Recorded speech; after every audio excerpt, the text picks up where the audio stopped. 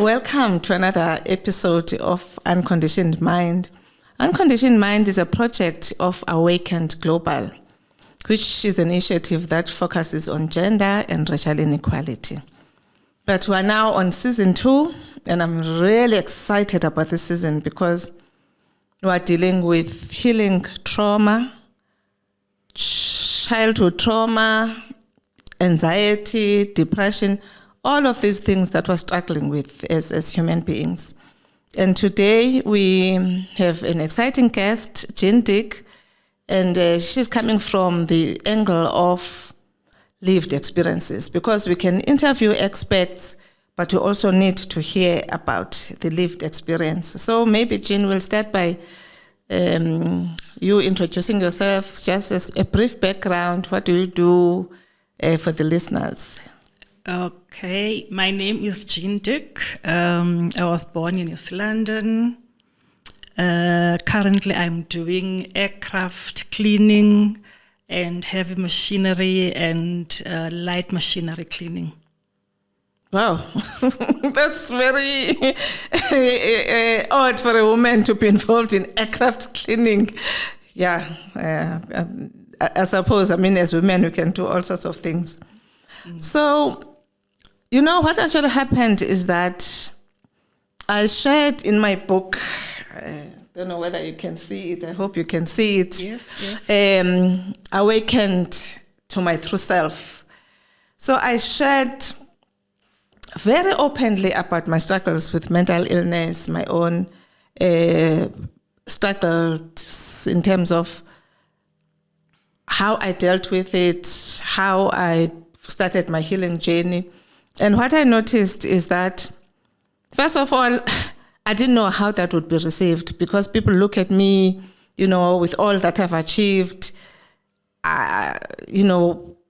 will they understand where I was coming from? Mm-hmm. Will they judge me? I was really scared. But I just felt that, you can't just share about your successes and you don't share the whole story. I really wanted to share my story. And I've been pleasantly surprised by how that part of the book was received. I met a lot of my readers who talk about that side and how they sparked within themselves a need to look into their own mental illness challenges. And some starting a journey of healing, some saying, okay, I'm aware now, but I've sort of packed it. I'm afraid to open the wounds. But you know that at some point, they will also start their journey of healing. So I thought, let's run this series around this issue. I'm going to interview some experts, some psychologists. I'll share my own story as well. But I thought, let's have lived experiences also, because experts can talk very high level. We live with these things. And Jean is one of those readers who read my book and was so moved to actually also, face her own challenges and then start her healing journey. And we're just going to have a chat about this subject. Jean, maybe let's start by you just sharing about your childhood. What kind of childhood did you have? Because these things spark from childhood. Okay. I come from a family where my dad is colored and my mom is Xhosa. We lived in East London for a long time until 1975, when my parents got divorced. I then moved with my mom to Butterworth. And I think my first trauma was the divorce of my parents, but I didn't realize the emotion. How old were you, Jean? In 1975, I was 11 years old. Okay, do you have siblings? And my sibling, my brother, died. He had an asthma attack when he was 5. Yes. Okay. And then what happened after that? We moved to Butterworth, and I think that's when my other trauma started, because already in East London, I had gone to 2 primary schools in East London, because the first school was where we lived. The second school was where my dad bought another property slightly bigger than the one we were living in. So already from being in East London, I went to 2 primary schools. Then Butterworth, I went again to 2 primary schools. And I was always this girl who has to make new friends, this girl who's lonely, people sometimes not opening up to you, and it takes a bit long for people to warm up to you. And you'd be that little girl sitting in the classroom when it's maybe break time or whatever because you don't have friends.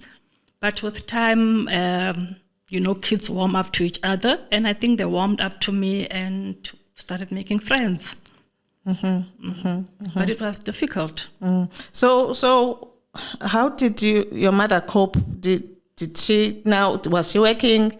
And how was she coping with this whole change? My mother was working at the then Volkskas Bank in East London, and she didn't have a job. But within 4 months or 5 months, she got a job with Bank of Transkei. Oh, okay. Yes, with Bank of Transkei. But when we left East London, we went to her homestead. We went to her home. She was from Butterworth? Yes, she was from Butterworth, yes. Oh, okay. So you lived there for a while before we lived there for a we while. lived together? Yes. Okay, all right. That's the whole issue of we all have our own stories, and divorce is one of those that really shakes young people. And I know from my own experience, because I was divorced with young children. But my own trauma started when I was young, because I was sort of different from my older siblings who were outgoing. I came out shy and quiet. And my mother was so concerned about my personality, which she didn't understand, and started just vocalizing her worries and her fears. But as a young child of 7 years, I think this started when I was 7 years, you don't understand, right? And then as this whole thing grew, you began to believe that there was something wrong with me, Why is my mother, so concerned about me? You're trying to navigate this whole thing now. I mean, as a child, you don't understand. And of course, I never realized the impact that had on me. But also, I mean, in the home, there was a lot of instability because my father had a drinking problem, which, was a big issue because when he was drunk, sometimes it would really cause havoc and disruption. And you'd see, your older siblings jumping out of windows. He never really beat anyone, but the whole havoc. So when my father would arrive at home, we wouldn't know what state he is in. So we'd all run and rush and close ourselves in our bedroom because we never knew what to expect. And you never realized that all of those things, impacted you. And also there was a lot of moving. We're always moving, changing schools. And I remember just those moments of we're now packing again, moving again, and so on. So all that instability affects us. And that's where my whole childhood trauma started. And of course, we knew nothing about childhood trauma. We didn't know how these things actually impact us. And it's only later in life when you are dealing with yourself, dealing with your own behavior. I remember I always knew there was something wrong, which is why I joined the church, for instance, and I got saved because the church was talking about healing. So I thought maybe in the church I would find healing and suddenly get to the bottom of what was the real problem, because it was impacting my life as well. But of course, I never found it. So it's only later in life that I began to understand what was happening. So, I mean, you've shared some of the traumas. And I know that, we also experience a lot of trauma around, not just within the family, teachers, bullies at school, even when we start working, we never understood that this thing of trauma continues.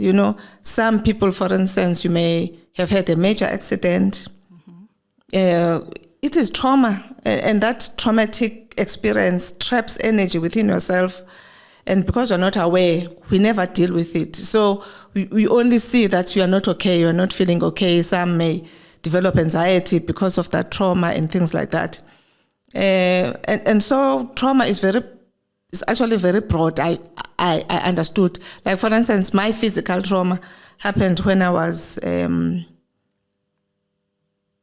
15, I think. I had a tooth extraction, which was done by a doctor who was not a dentist. So twisted my lower jaw, ended up in hospital for a whole month. I mean, that was a major trauma. So you can imagine just this one after another, at some point these things start to spill over. Can you remember other forms of trauma, even maybe from teachers, from school, that you can share? Yes. My biology teacher in Standard 8 wanted nothing below 70%. And she used corporal punishment. Yes. She used corporal punishment because at the time it was allowed. And I loved physics and maths and biology. I thought the three go together, but she made me to detest biology because of those beatings. Sometimes you wouldn't get the 70% and you're going to get a beating. And then I would start, unfortunately, bunking her classes because now I'm in Standard 8 and I know there's something called bunking. Okay. So sometimes I would bunk her classes and I would just get the notes from the other children. What did you guys do? I wouldn't go to a class, maybe go somewhere, or I would find myself in a home economics class, just sitting there and knowing nothing about home economics, but it smells nice here. People seem to be having fun. There's no biology teacher who's going to beat you up for just getting 68%. I think she was a perfectionist. And then my other trauma was at the new school where I was, there was bullying. It was after school fighting, like every day or once a week. But it was like so frequent. Yeah. So this one day I got tired. I don't know if you remember the brown school suitcase that we had. Yes. It was full of books. I beat her up with this brown suitcase. Wow. And I think I did a good job. I think it was the adrenaline taking over. Yes. I did a good job because I could see blood, I could see bumps on her face and other things. And that was the end of the physical bullying at school. Really? Nobody would beat me up again or take my lunch away from me or ask me to do their homework. I don't mind doing homework, Yes. I don't mind helping, but it shouldn't be my chore to do your homework on a daily basis. I must do mine and yours. Yeah. So that was the end of the bullying. So the bullying actually ended in the school? In the school. The fighting used to occur after school. No, at the school gates after school, and... But you were saying that it stopped because of this incident? That stopped because of this one incident. Wow. And you didn't get into trouble? I did get into trouble with the headmaster because her parents came and reported the incidents. And I was quiet. I never reported the bullying. Okay. That occurred. So there was no evidence that I was being bullied, and I was being bullied after school, made to carry their bags, their school bags. So I would carry mine and 3 other bags, maybe. Sure. So there was no evidence or record of that. Now the only evidence that is there is that I beat up this girl. She's got a bump on her head. She had blood the following day. So her parents came to report the incident. And the schoolmaster, the headmaster, called me in. And I explained to him what was happening on a daily basis. And he asked me, were there other kids that saw this? And I told him, yes, they were. You called them in as well. And fortunately, they were honest. Okay. Because maybe they were also like tired of being bullied, and maybe they saw this as a platform to tell their stories. Yes. So the other kids also mentioned their bullying, and so I was not punished. Wow. Wow. I mean, that is an amazing story, and you recall your own stories of bullying and how traumatic that was. Starting with bullying when I was 8 years old by boys in a rough area of the location, as you are going to school, because we were living in this township and the school we had to go through was far away from home. So we're passing this rough area. And same thing, we would clutch our bags and run every time we were passing through. And you don't realize how traumatizing that thing was until one day I got tired also and I stood up to these bullies. And I can't even recall what I did. I didn't actually fight, but I'm sure they must have seen the expression in my face and realized how they were traumatizing us. And then from there, the bullying stopped. And then later on, when I was doing Form 1, going to boarding school for the first time, the school was up to Form 3. It's a junior secondary. So the older girls, it was a girls' okay, no, it was not a girls' school as such, but in the girls' boarding house, we were bullied, and the bullying went on for the whole year. And again, we never reported it. So the authorities didn't know this was going on until one day I got tired. So when they called us, you already know once we're called to their dorms that there's going to be bullied. So I took a bread knife and hid it, in my dress, because I was like, I'm going to fight today. And fortunately, I'm sure they must have seen the expression on my face. And so one of them came to me, to sort of rattle me and so on. And fortunately, the knife fell. You can imagine what a laughing stock I was when that knife fell. But when you reflect now, you realize that, I could have murdered someone and my life could have been destroyed right there. So God is kind in that this whole knife thing came out before I could hurt someone. But this is what trauma does, and people end up doing things that would hurt others or hurt themselves and hurt their own lives, kill someone or something like that, because you cannot take it anymore, Yes. So I understand perfectly what you're saying, but I mean, the story ends well in that the bullying stopped, but the effects of it. Yes. You carry them, unfortunately. It stays with you. You cannot wipe it away. Yes, you cannot wipe it away at all. So, Jean, can we just maybe share, as an adult now, what were the effects of these traumas, from the childhood trauma and other traumas you may have experienced? How did that impact your life? How did this trauma manifest in your life generally? The trauma manifested in me being a little bit introverted. And I started becoming an introvert, and I manifested with a lot of headaches. Oh, headaches? A lot of headaches, yes. That I would just take Panado, didn't know it was serious, and I would move on.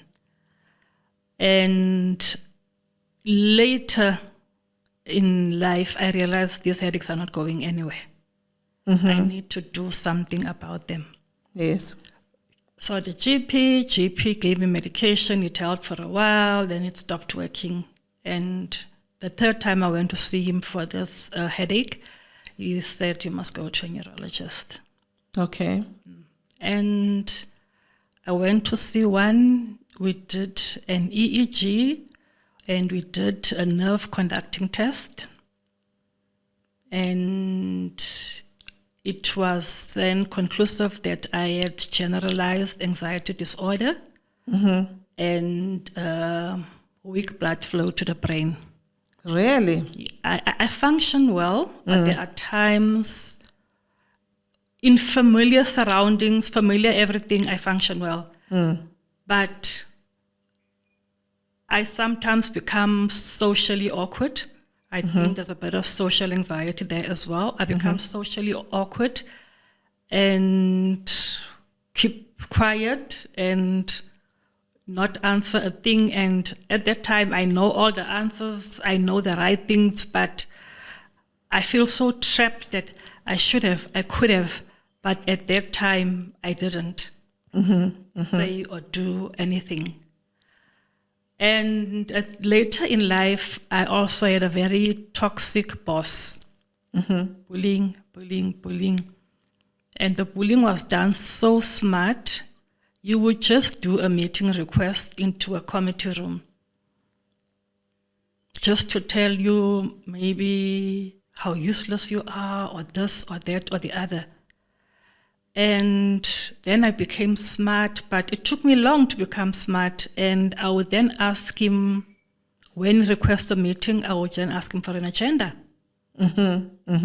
So now there really is no agenda, because you can't write, I'm going to bully you, I'm going to hurt you, I'm going to make you feel dreadful. You can't write those things that he wants to do on the agenda. So the meetings became less frequent. But he would also bully during performance appraisals. And there was a year when I declined a meeting request for a performance appraisal. I was just so tired. I know how would it impact me financially. I'm not going to get a bonus. And if you don't get a bonus, you also don't get an increase. They work... the two of them go together. So you were like, do whatever you want. Exactly. I said, no, I'm tired of this thing of you know what you do and you're good at what you're doing. And I would have a portfolio of evidence and everything, but nothing worked. And that's 1 year I just said, thanks, but no thanks. Now, HR knows that there are so many people in this department, and they also had this committee that evaluated all of these appraisals finally. What was this committee called? I just forgot the name. And one of the HR executives noticed that my things are not in there. This year now, when you didn't have the meeting. Then I didn't have the meeting. She called me in and she said, why is my appraisals not here? Why is my things not here? I said, I didn't do them. I declined them because of A, B, and C. She asked for a meeting with my boss and she said, you will schedule another meeting and you will do the performance appraisal. No one is not going to have a fair chance. This person is not having a fair chance because she is scared of being bullied. Yes. Of being told, why would you think you deserve a 4? And I would say, I don't deserve a 4. I work to get a 4 out of 5. Then you would always want to change your score, etc., etc., etc. And the long and short of it, we had the performance appraisal, but now I think because it was a directive from the HR executive, it went well. Sure. So he didn't bully me. He was just doing like he would do for anybody else. It went well. And to show the goodness of God, I got my increase and I got the bonus that I had worked for. Wow. Wow. And did it stop after that? It stopped after that. Okay. It stopped after that, but now since HR was aware that there was a problem, I asked to be moved to another department, and they asked me where do I think I'll be suitable. I told them, and within 4 or 6 weeks, I was then moved. To another department, yes. And you settled there? I settled in very well. Okay, all right, okay. It's just amazing, these things, because we also don't understand how they impact us. I mean, you spoke about health problems, physiological health problems that you've had to deal with from those traumas. And, you at that time, I'm sure you didn't connect the dots. No, I didn't. You just thought that you have I'm this... not well. I've got a headache and I've got anxiety. I could not connect the dots at that time. Yeah. How did these traumas and these emotional issues affect relationships general? I mean, you shared about the relationship with your boss, but relationships with parents, relationships with friends, with boyfriends. How did that impact relationships? Because relationships are a big part where we actually see this manifestation of these traumas. Yes. Relationship with friends did not get impacted. I think I confided in one friend, and the friendship with most of my friends did not get impacted. But it was the relationship with, like, boyfriend, for instance, where I would find myself being so cold and not hugging and not being warm, and, because I'm not experiencing this. At school, maybe I didn't experience this. At work. And so I just was cold, and it's like if it needs pampering or a bandage to be put on it, I was not the one to do that. I was not going to do that because I think I was in my own little world. And yeah. And my colleagues also, I think, because I see them every day. Yes. So I became a bit distant. And I became very distant. And they felt it. And one of my colleagues said, "You know what, you're not being yourself. I've known you for quite a while, you're not being yourself. What is it?" I couldn't tell her. But did you know what was it? I wasn't sure if I knew what it was. I just knew that I had this bullying boss. I had this childhood where I was bullied. And my parents divorced. At some stage, my mom wasn't doing financially well. It took her 3 months to be on her feet. So those things, and it's sort of, there was no stability in my life for a good 3 months. So I think all of that impacted on me, and where it really became obvious was in relationships and friends. I mean, colleagues. My friends were solid. Okay. The friendships were solid, and fortunately, most of my friends were ladies I met at church. I had some other friends outside of church, but my friendships with them were not. At times, I would decline. Maybe someone said, "Let's do coffee" or "Let's do lunch." I would decline. I would have no reason why I'm declining. Okay. But I would just decline and say, "Oh gosh, now I must dress up, I must look good, and this, that, and the other," and that would just make me tired. So it was like stressful to start new relationships and things like that. Yes. Wow.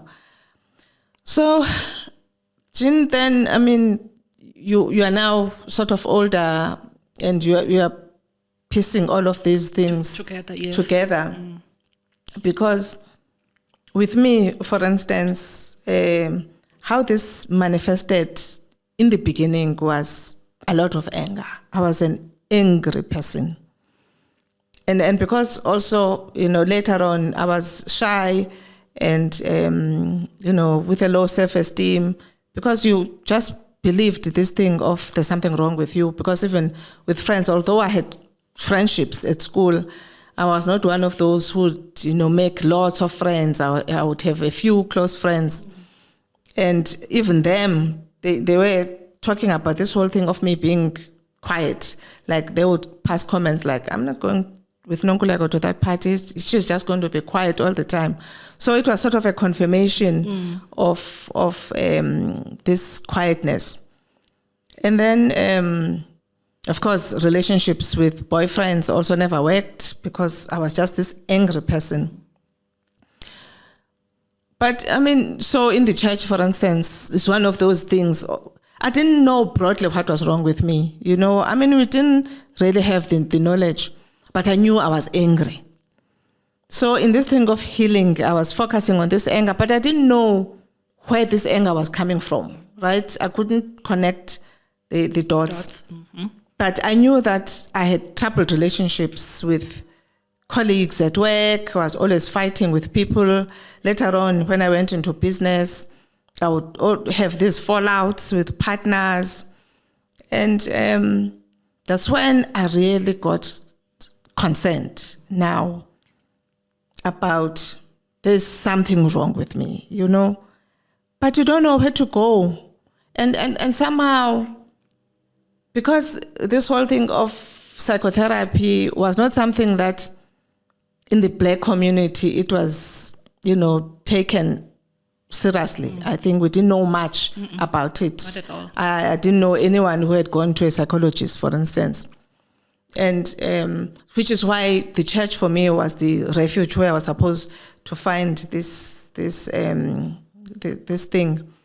And so you tried then to manage your anger, but we also, this whole thing of you don't understand your own personality. You have this strong personality, and in there is the anger also. Touch is a move. I would dress you down right there and tell you off, whoever you are. And it impacted my relationships, right? But you just didn't care. You're like, this is who I am. You must accept me as I am or don't, Again, it was later in life where you were like determined now to do something about it.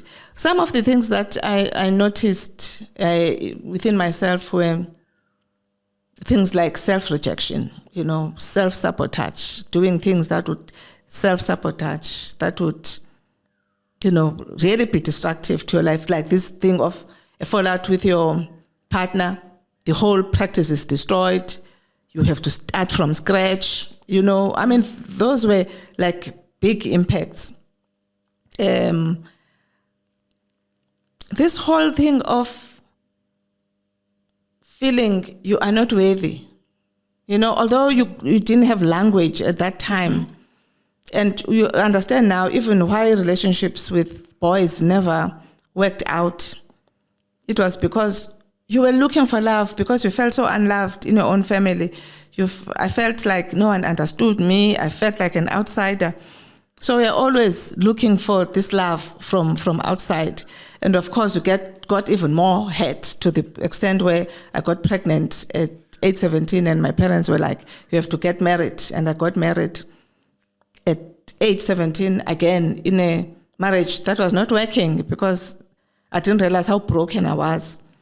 And my ex was also broken. So how were we ever going to build a marriage from brokenness? So these are the things that we went through, the fear, the anxiety. I talk about in my book how I was two people. I could sense that I was two people because there were areas of my life where I was okay, behaving okay, smart, wise, courageous, doing big things. But there was another side that just didn't make sense.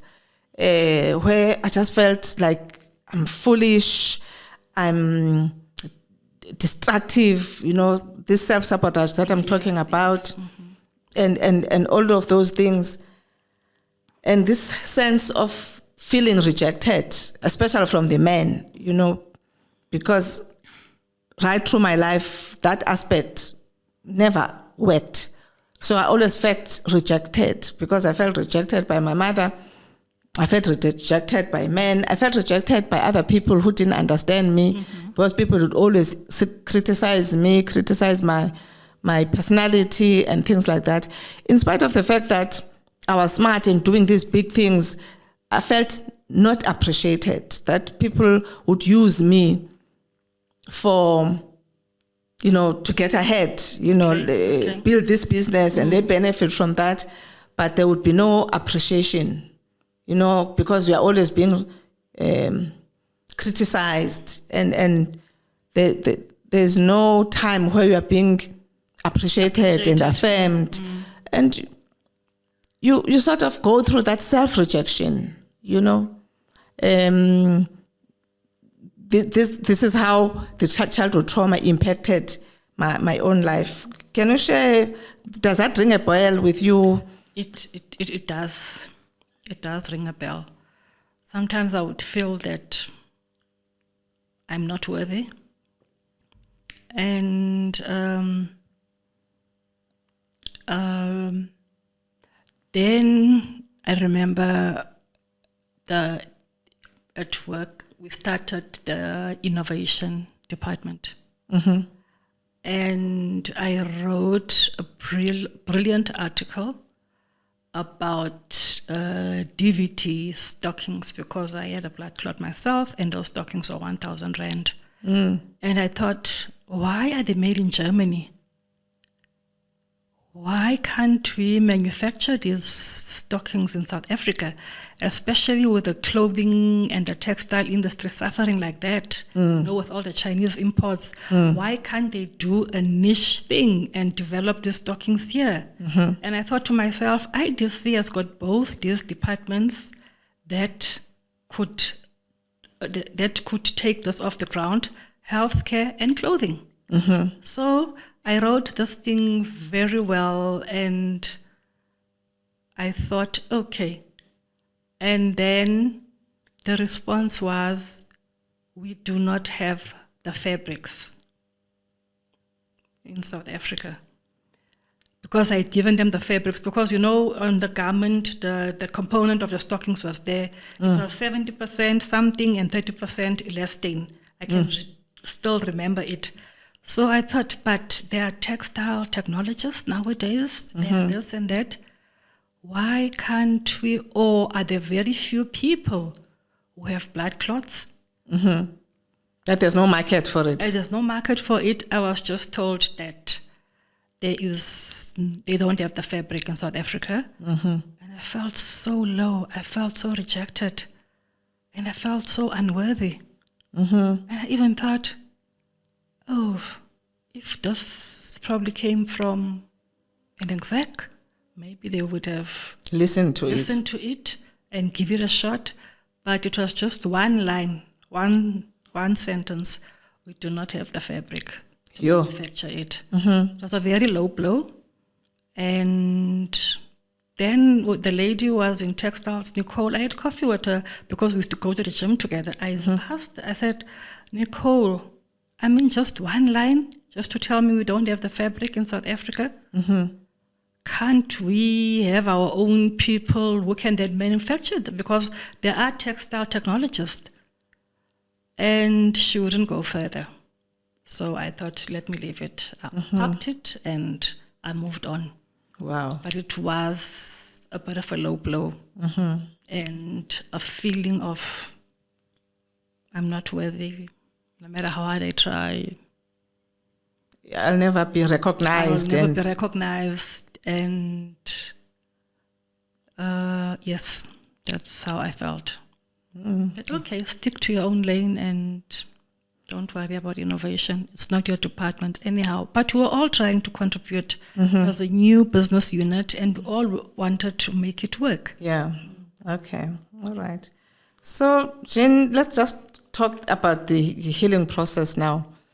You've experienced all that you've shared, and at some point you must have felt that you needed to do something. I mean, you shared about the health issues also that you were attending to. When did it occur to you that you needed to attend to your Emotional side. Yes. It occurred to me in 2019 that I need to attend to my emotional well-being. Mental health is like frowned upon. Yes. People think you're mad or you're crazy or whatever. And so it's a taboo subject, Yes. But I went to a psychologist. We worked for 18 months together, but I realized we are not a perfect fit. Or with the psychologist? Yes, we are just not a perfect fit. And I left him. And I called a friend who is a psychologist, but is now branched out to change management. I called her and I asked her if she can recommend somebody. She gave me 3 names. And I think I called one and they were not available. I called a second one. He picked up the phone actually himself. And I told him that I need to make use of his services. I need to see him. And we set up an appointment and we started doing the sessions. Luckily, because I was diagnosed with generalized anxiety disorder and weak blood flow to the brain, Discovery approved 15 sessions for free. Okay. Yes. So I felt, okay. No, I paid on my own for quite a long time. And then this guy advised me, shouldn't we do this? Because it's not going to be an overnight thing. So let's rather do the PMB form, prescribed minimum benefits form, and see how it will pan out. And luckily, Discovery approved it. Okay. So I would have my 15 sessions free, and then when I have a shortfall, I would then pay, when I have exhausted my 15. And 2023 was actually the first year that I did not exhaust them and have to pay. So then I could see, now the healing, there is a bit of progress that we are making. The fact that I didn't, because I would normally finish the sessions and pay for another 6 or 7 out of my own pocket or medical aid if there were still funds available in the medical savings account. Yeah. Okay, so how was that experience like? That experience, I felt I'm heard, I'm listened to, and it gave me a sense of comfort and stability. We would talk and they delve, they really do delve and they go deep. And I would just dish it out as it is, I would not hide anything that he asked. I would just be honest with where I am and where I would like to be and how are we going to do this. Yes. Okay, so did you get new insights about aspects of yourself that you were not aware of, for instance? Yes. Okay.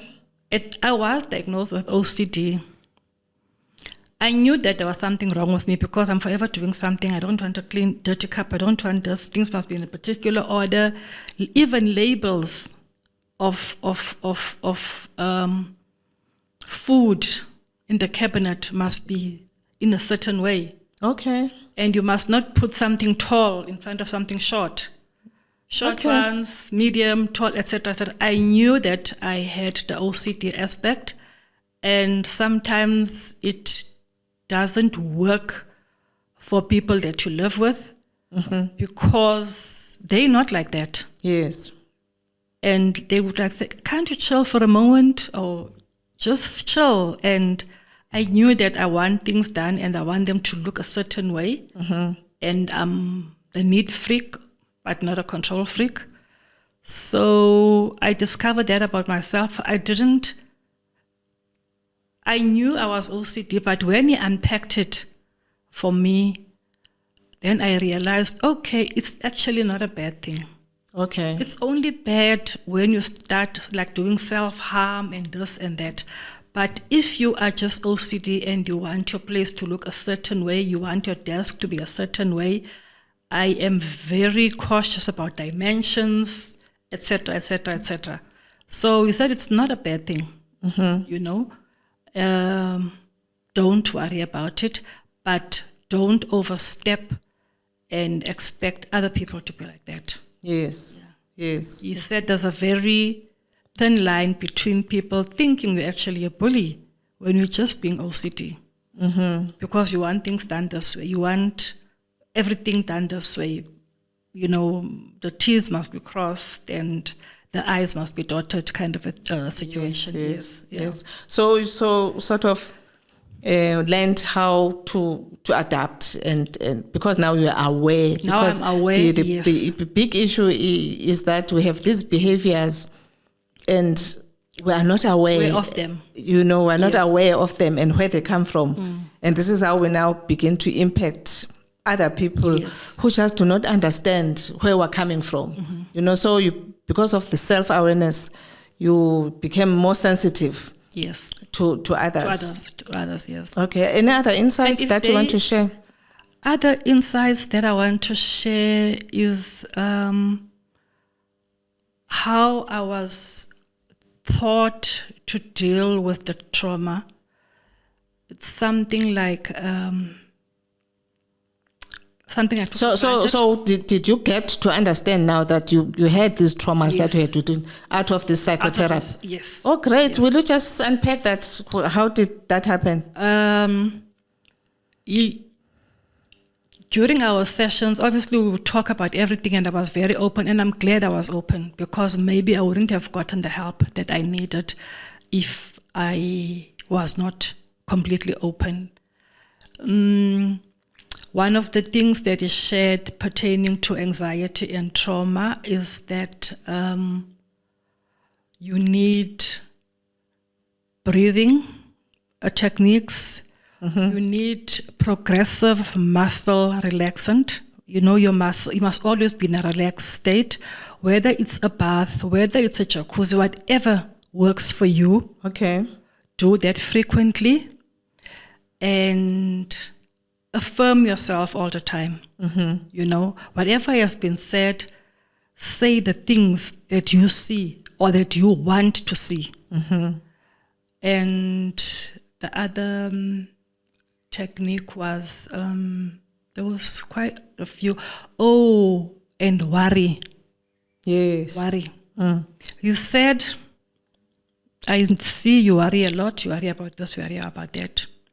Give yourself 30 minutes or 45 minutes in your day. Sit in your corner, wherever you want to be, and worry. But when you get out of that, stop again. 45, then stop. Okay. Then you started not liking this thing. Of this 45 minutes. Of this 45 minutes. And you say, isn't there another way? Can't I cope in another way?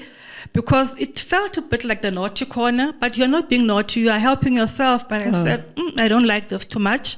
Because he said it's 30 minutes or 45 minutes, not longer than that. Then you worry, and you worry. You write your worries down, you burn them, you write them down, you throw them away or whatever. But you cannot worry all day and whole day. Okay.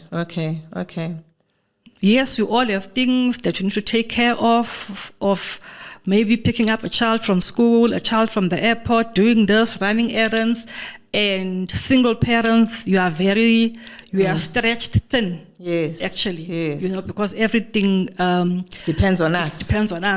So you said 30 minutes or 45 minutes, you worry. When you come out of there, you do not worry again. You walk. Did you get into that discipline, actually? I did it. So it did help, the fact that you gave yourself time to worry. Time to worry. Oh, okay. If I missed it in the morning, I would take my lunch time to do it. Book myself a comedy room and go or I would go to my car, sit in my car, worry. If there's a crying moment, I cry. I wipe myself again, make myself look cute, and I go back to the office. Wow. So it was a technique that actually worked. It worked for me. So you stopped worrying. And did it help your anxiety? The anxiety, not so much, because I still have it, not as bad as it used to be, but the constant worrying, because he said to me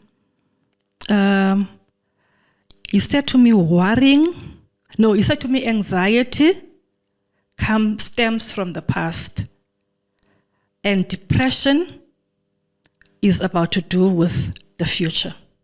You're depressed because you have uncertainties about the future. Mm-hmm. Whereas anxieties, most of those things, they stem from the past. Mm-hmm. You made a clear distinction about anxiety and depression. Okay. What forms the other one and what forms the other one. Okay. That's actually quite useful. So how did you come to understand now the impact of the traumas? What did he say about the traumas?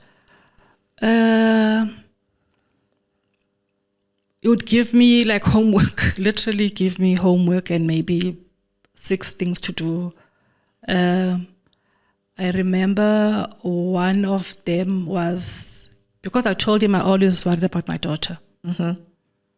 And one of the things was, how often do you worry about your daughter? How often do you think about her in a day? And because you worried about her when she was in boarding school, that you never stayed with her. Then you worried when she was at university. But now the worrying has to stop a bit. She's now a self-made woman. Mm-hmm. So from the homework, I can't remember all the questions, but one of them was, how often do you worry about your daughter? What is your main concern? Mm-hmm. Is it maybe not enough money? You don't maybe have a boyfriend, or what do you worry about mostly? I said to him, I worry mostly about my daughter and my mother, who is now frail. Mm-hmm. Not so much my mother, but I was more concerned about my daughter. And he said, trauma cannot be erased or wiped away, but you can heal from it. You can heal from it. Okay. You can heal from it. And then he said, look, I cannot prescribe medication. But when you do see your neurologist, ask him for Elexamil, which is good for both anxiety and depression. Okay. Yes. And ask him for Elexamil and Trepoline. Trepoline is a muscle relaxant because it says any ailment that you have, anxiety makes it worse. Oh, okay. Any ailment that you have, anxiety makes it worse because you are stiff, you are never relaxed. So this Trepoline came in as a muscle relaxant, and the Lexamil helped with the anxiety. But I had to take, at some stage, Stratera as well for the anxiety. Okay. Yes. Okay. So the 2 of them, I would take 1 in the morning and 1 at night. But it really made me confident to say, look, you will heal from the trauma, but it cannot be erased. So it will always be there? It will always be there. Oh, okay. It will. So I'm actually confused. You will never erase it, but you heal from the impact of it. You heal from the impact of it, but it cannot be erased from your brain. Oh. He even made an example. He said to me, on a computer, you say Control-Alt-Delete. With trauma, you can't say Control-Alt-Delete trauma. Okay. You can heal from it, but it normally, in most cases, it doesn't go away completely. It's not like you made a mistake and then you take a rubber and erase it. Okay, it's something that you live with all your life. You live with it all your life, but it just lessens. The impact of it lessens when you start addressing it. Oh, It's, okay. I think the unaddressed issues that stays with us because you're not addressing it, you're forging ahead with life, and you're not dealing with these things, and these are the things that hold you back, actually. They make your life 10 times harder. Okay. Because you don't know what you don't know. So if you don't know that you have anxiety, you don't know how to deal with it. And if this anxiety is blocking you from achieving certain things or doing certain things, I mean, I don't like traveling so much.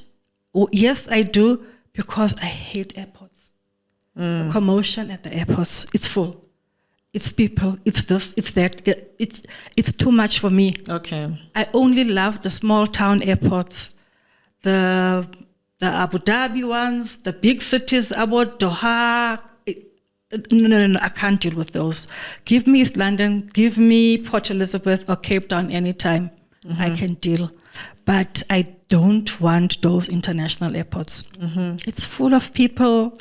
They are mingling around. It's a bit rowdy. It's noisy. It's each one for himself. No one wants to help the other person. That kind of a thing.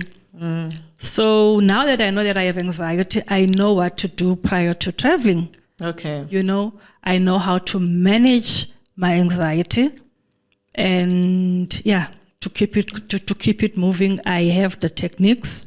If it's not my breathing exercises, I will then probably do yoga or just go into a jacuzzi or a steam room. It's just my preparation for a trip the following day. Okay. Yeah, but the small towns, they don't give me any hassle. Okay. All right.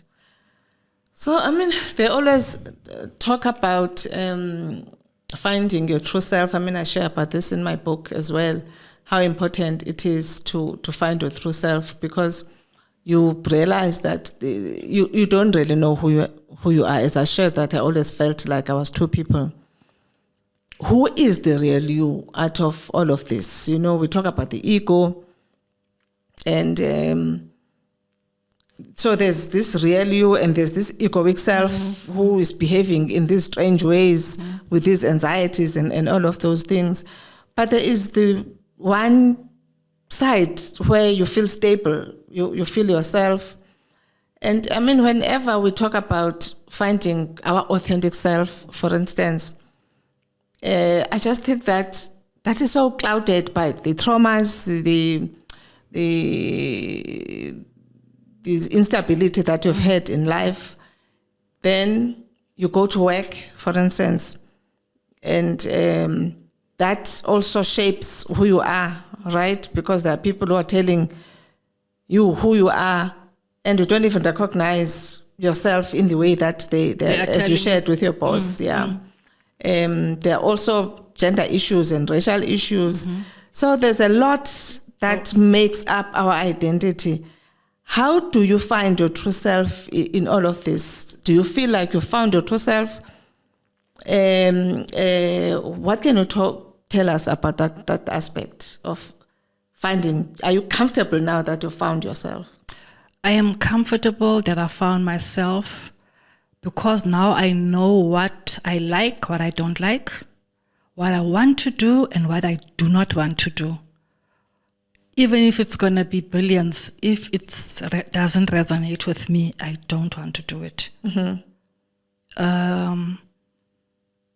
Also, I know environments that are suitable for me and those that are not suitable for me. Even in my spiritual life, I like a smaller church. I feel like I belong. I feel like it's family.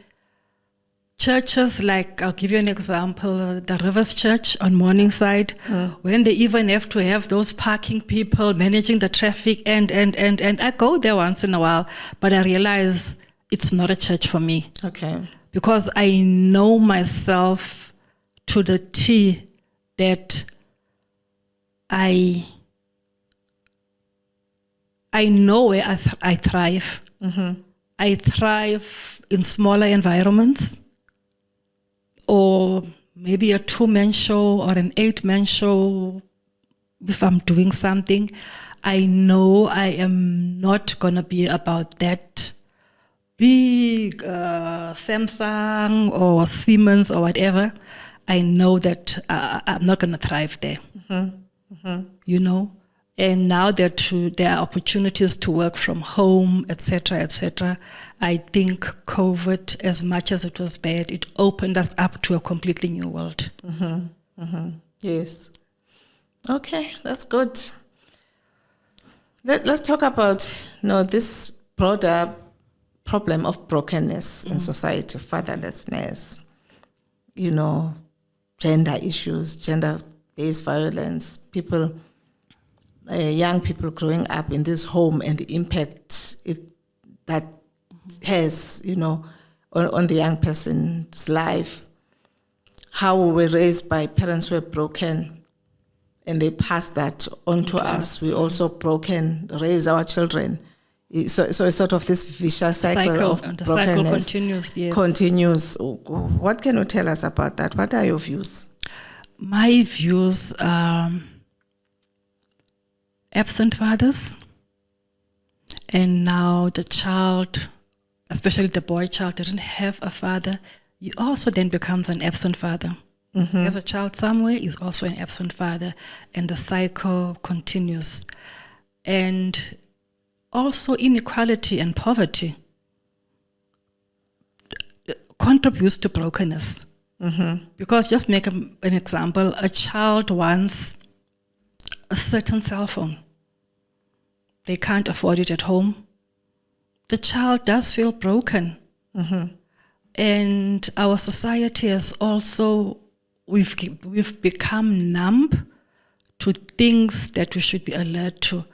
Like if you see a man beating a woman or anything, you look the other way.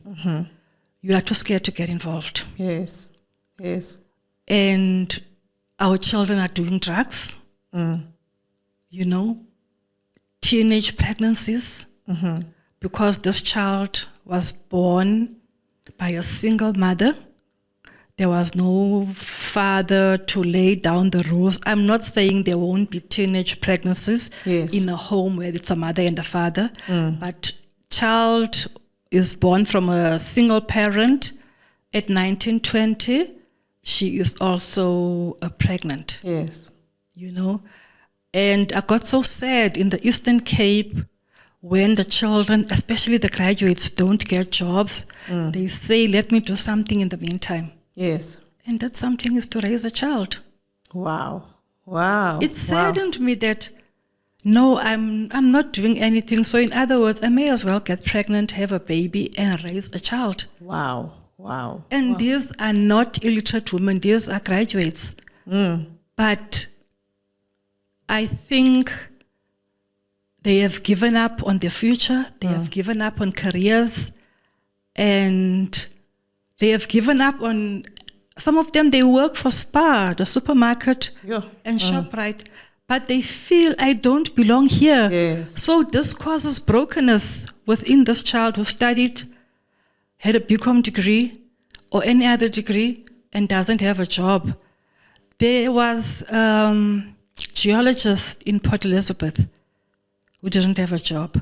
I said, no, it can't be. It can't be. It can't be. So my friend was telling me about this girl.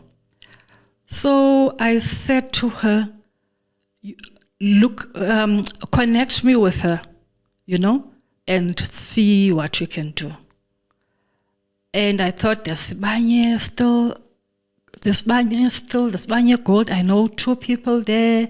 There's Exaro. I know people there. I mean, Unombasa is the CEO at Exaro, and one of my friends, Teboho, is an executive at Exaro. And I thought, no, this cannot go on.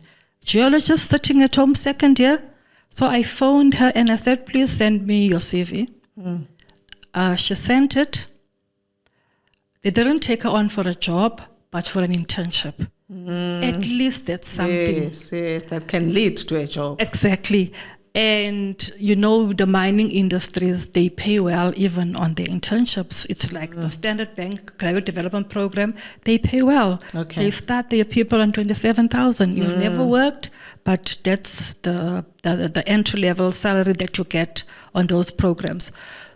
So what I'm saying is that the brokenness just continue, and we have all become numb. You see that household, there's no adults. It's just children raising children. But you will never go there and check what's happening. Who does the laundry? Can I take the laundry maybe and put it in a washing machine? And they come and pick it up the following day when it's dry or whatever. That's why I'm saying we have become a little bit numb to things that we are supposed to be alert to be alert towards. And the brokenness just continue. And sometimes I feel sad, and I'm saying, Lord, is this a curse? If it is a curse, help us to prevent the next generation from going through this curse. This brokenness, because really inequality and poverty also contributes to brokenness, a great deal. A great deal. And children raising children. A lot of children have lost parents in the 2000s due to HIV and AIDS. Yes. So there are so many child-headed households. So the brokenness is real. That struggle is real. Yes. Wow. Any last words, anything that we've not covered that you want to share? I think bullet point number 19 is something that needs attention, this brokenness exactly. Yes. We need to have meaningful conversations with our children. Yes. Not instructions, meaningful conversations, sit with them, talk with them, guide them. Not only your child, maybe the neighbor's child or a friend's child. Like right now, I have a friend, she's very worried. Her daughter doesn't want to work. She's got her honors. She wants to do this TikTok thing. Sure. That's what she wants to do.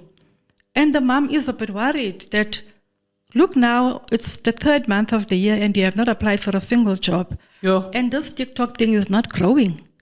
If you are good at it and it was growing, it's a different story. But now it's not growing in the volumes that you'd like to see, and start monetizing it. So there is a lot of issues really with our brokenness.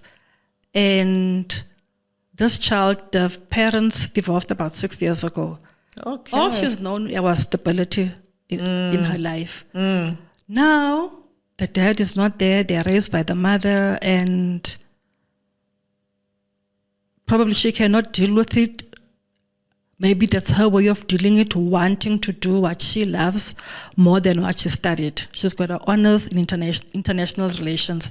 She looked for job, and she saw it's a futile exercise, and she started the TikTok thing. Yeah. Okay, Jean, this has been a wonderful talk. Thank you for the insights.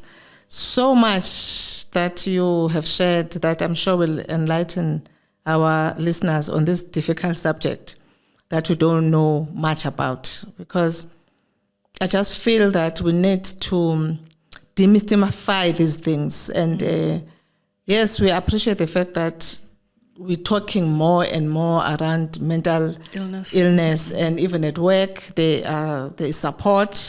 You have someone or somewhere to go when you are struggling, with mental issues, which is something that was never paid much attention to.